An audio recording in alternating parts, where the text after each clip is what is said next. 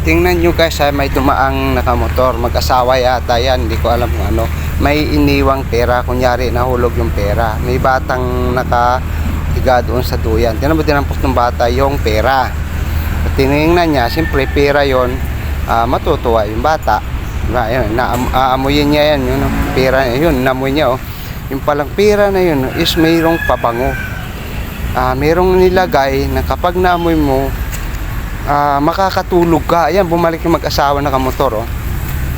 Binabalak nila, tinignan nila yung bata, tulog na, wala nang malay yung bata. Ngayon, ayun, yung mag-asawa na yun, ayan, balak nilang kunin yung bata. Mga sindikato, napaka high-tech na sila ngayon. Tingnan nyo, kukunin talaga niya, ginigising niya yung bata, Diyos ko, delikado. Ingatan po natin yung mga anak natin sa tabi ng kalsada. Magklase yung modus itong mag-asawa na to. Buti na lang kamo dyan, sa harap nito, tawid ng kalsada, mayroong lalaki. Hindi ko alam kung ama, kuya, or ano nung bata yan. Napansin niya siguro, ginigising yung bata. Pinunta niya, may lalabas na lalaki dyan. Ayan, talagang pinipilit nila mo. Ayun, yun yung lalaki na kabad. Pinunta niya, pinuna niya yung dalawa.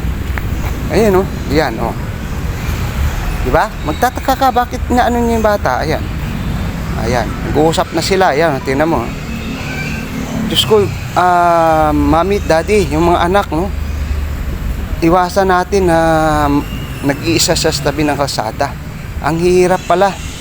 Tingnan mo modus itong mag-asawa na to. Hindi kung mag-asawa, kung mag-partner ba yan sa mga sindikato. Ayan, ayan.